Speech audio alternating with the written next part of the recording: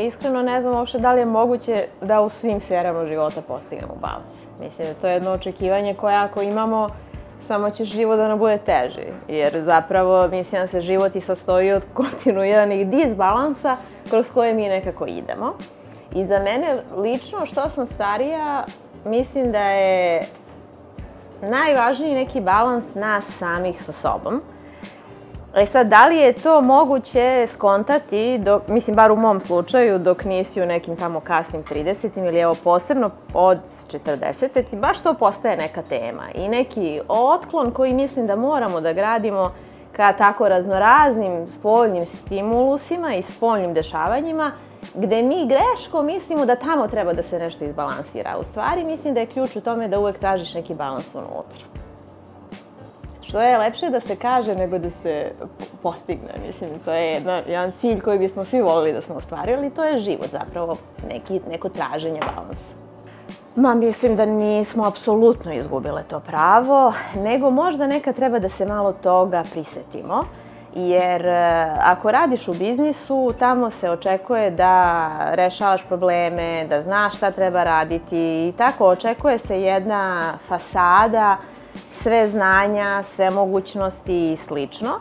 I mislim da smo srećne žene da živimo u ovom vremenu u kom se to sve jako brzo, jako dramatično promenilo. Možda još ne kod nas na Balkanu tako kako će se sigurno promeniti. Ja kad pričam sa mlađim koleginicama pa vidim kako one razmišljaju, onda to ne da dolazi, to je već tu.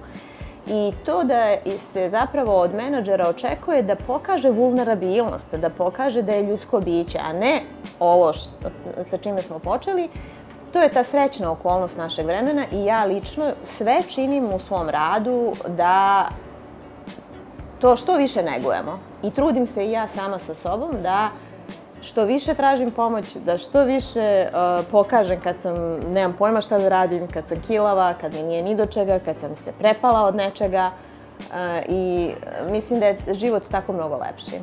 Da li nam se ne prihvata da pokažemo da je nešto teško? Mislim, povezane su to teme. Naravno ćeš tražiti pomoć kad ti je teško, ako ti je lako nećeš ni tražiti pomoć. U tom nekom smislu možda su opet žene decenijama doživljavajući da su sa menadžerskim pozicijama malo zagrebale u neku muški domen, se trudile da ne traže pomoć, da odaju neki... I mislim i dan danas mi se sa time susrećemo, to sigurno jeste neko očekivanje generalno, dakle, od menadžerskih pozicija, a mislim od žena posebno jer se gleda se sa dvostrukim standardima, sa četvore oči, kad smo negde gde se ne očekuje da budemo, a to su, na primjer, žene, CEO-ovi, žene, bilo gde i dalje u biznisu. Jer gledala sam i neke statistike, mi smo u Srbiji de facto velika manjina žene u menadžmentu. Da li smo, dakle, to izgubile? Mislim da nismo izgubile, ali nije to opet nešto što će neko da nam da ili da nam oduzme, nego to je do nas. Mi same treba da sebi damo pravo da tražimo pomoć.